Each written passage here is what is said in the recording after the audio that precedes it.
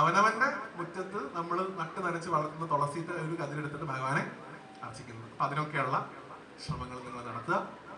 ഒപ്പം തന്നെ ഇവിടെ ഞാൻ മനസ്സിലാക്കുന്നത്, ഞാനിതിപ്പോ എല്ലായിടത്തും ഞാൻ സ്ത്രീകളെ പൊക്കി പറയാൻ വേണ്ടി പറയണതല്ല, രണ്ട് തരത്തിലാണ് ഒരു ക്ഷേത്ര അഭിവൃദ്ധി ഉണ്ടാവുക. ഒന്ന്, അതിനുവേണ്ടി അധ്വാനിക്കാനുള്ള, പുറത്തു പോയിട്ട് സ്പോൺസേഴ്സിനെ കാണാനും സംഭാവന പിരിക്കാനും അങ്ങനെ എല്ലാ കാര്യങ്ങൾക്കും അധ്വാനിക്കാൻ വേണ്ടി നടക്കുന്ന പുരുഷന്മാരുടെ ഒരു സംഘം അവരുണ്ടാവും.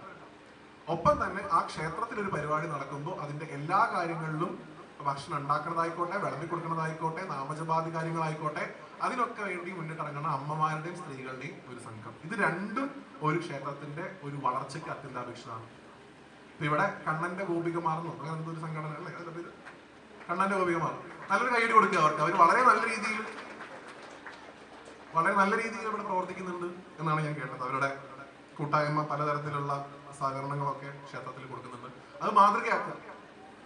അങ്ങനെയൊക്കെയാണ് ഗുരുവായൂരപ്പന്റെ ഗോപികമാരാവാൻ. അല്ലാതെ ജഗണിത സ്റ്റാറ്റസ് ഇട്ടതുകൊണ്ട് ഗോപിയാവെന്ന് വിചാരിക്കരുത്.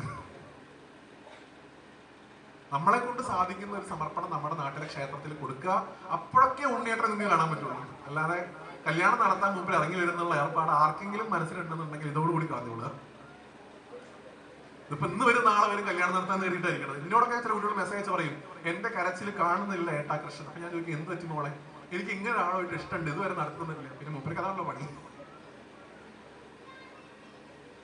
Every prayer will get answered at the right time. എല്ലാ പ്രാർത്ഥനകളും ഉചിതമായ സമയത്ത് കേൾക്കപ്പെടും.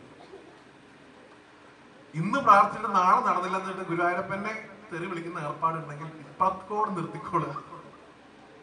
ഞാനൊക്കെ മുമ്പ് ഭാവം പറയും ഇടയ്ക്ക്, പാവം ഈ കല്യാണം നടത്തിപ്പുകാരുടെ ശല്യം ഗുരുവായൂർ പ്രത്യേകിച്ച്. ആദ്യം ഭഗവാൻ ഉണ്ടായിരുന്ന ശല്യം ബ്ലോഗേഴ്സിന്റെ ഉണ്ട്. അതിപ്പോ ഭഗവാനായിട്ട് തന്നെ നിർത്തിച്ചു. കേക്ക് മുറി ഇത്യാദി കാര്യങ്ങളൊക്കെ. പാവം രാത്രി കിടന്നുറങ്ങുമ്പോ ഹാപ്പി ബർത്ത്ഡേ കൃഷ്ണ എന്ന് പറഞ്ഞ ഒരാൾ ഒന്ന് കേക്ക് മുറിക്കുക.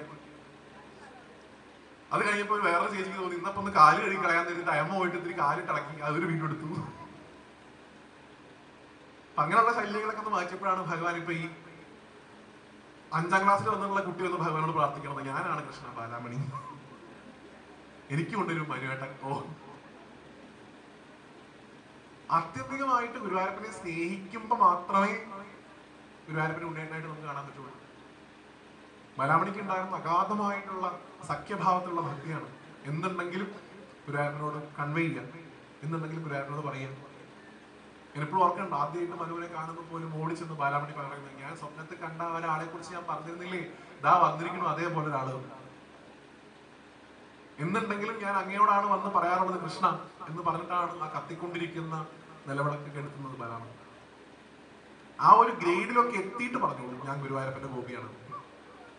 അല്ലാതെ ഒന്ന് പറഞ്ഞ് രണ്ടാമത്തേന് ഏതെങ്കിലും ഇൻസ്റ്റാഗ്രാം റീലും കണ്ട് മഞ്ഞമുണ്ട് മടക്കി കുത്തി എന്ന് പറഞ്ഞുകൊണ്ട് ഗോപിയാവുന്ന ആരെങ്കിലും കരുതുന്നുണ്ടെങ്കിൽ സത്യം ആ സാധ്യത മാറ്റിവെക്കുക. നമ്മളൊക്കെ ട്രെയിൻ ടു ബി, ഞാനും നമ്മളെല്ലാവരും. ഞാൻ ഇപ്പൊ ഈ സംസാരിക്കുന്ന 1 മണിക്കൂർ ഇതിന്റെ മുകളിൽ ഇരിക്കണുള്ളൂ. ഇത് കഴിഞ്ഞ് ഞാൻ നിങ്ങളുടെ ഒരാളായിട്ട് നിങ്ങളുടെ ഇടയിൽ ജീവിക്കുന്ന ആളാണ്. എനിക്കൊരു മഹത്വമില്ല. പക്ഷെ ഇവിടെ ഇരിക്കുമ്പോൾ പറയാനുള്ളത് പറയാന്നുള്ളത്. ഇനിയും കൂടുതൽ പറഞ്ഞാൽ എന്റെ അമൃത എക്സ്പ്രസ് പോകും. അപ്പൊ അതുകൊണ്ട് ഈ പറഞ്ഞ കാര്യങ്ങളൊക്കെ ശ്രദ്ധിച്ച് വേണ്ട തരത്തിലുള്ള നടപടികൾ നിങ്ങളുടെ ഭാഗത്ത് ഉണ്ടാവണം എന്ന് താഴ്മയായിട്ട് അഭ്യർത്ഥിക്കുന്നു. അധികാരം എണീറ്റ് പോകണമെന്ന് ഞാൻ കണ്ടില്ല. താങ്ക് യു സോ മച്ച് ഇത്രയും നേരം നിങ്ങൾ ഇവിടെ ഇരുന്നതിന്, ഈ പ്രഭാഷണമൊക്കെ കേട്ടിട്ട്. എന്ത് തന്നെയായാലും ഗുരുവായൂരപ്പന്റെ അനുഗ്രഹം നിങ്ങൾക്ക് എല്ലാവർക്കും ഉണ്ടാവട്ടെ എന്ന് പ്രാർത്ഥിക്കുന്നു. വലിയ ശ്രീകൃഷ്ണസ്വാമിയുടെ അനുഗ്രഹം എപ്പോഴും നിങ്ങൾക്ക് ഉണ്ടാവട്ടെ എന്ന് പ്രാർത്ഥിച്ചുകൊണ്ട് ഇവിടെ 8:30 ഡാൻസോ എന്തൊക്കെ കാര്യങ്ങളുണ്ട് അല്ലേ, അതൊക്കെ ആസ്വദിച്ച് എല്ലാവരും അത് കഴിഞ്ഞിട്ട് മാത്രമേ പോകാവൂ എന്നുകൂടി അഭ്യർത്ഥിച്ചുകൊണ്ട് ഈ പ്രഭാഷണത്തെ ശ്രീ ഗുരുവായൂരപ്പൻ തൃക്കാര്യത്തിൽ സമർപ്പിക്കുന്നു. എല്ലാവർക്കും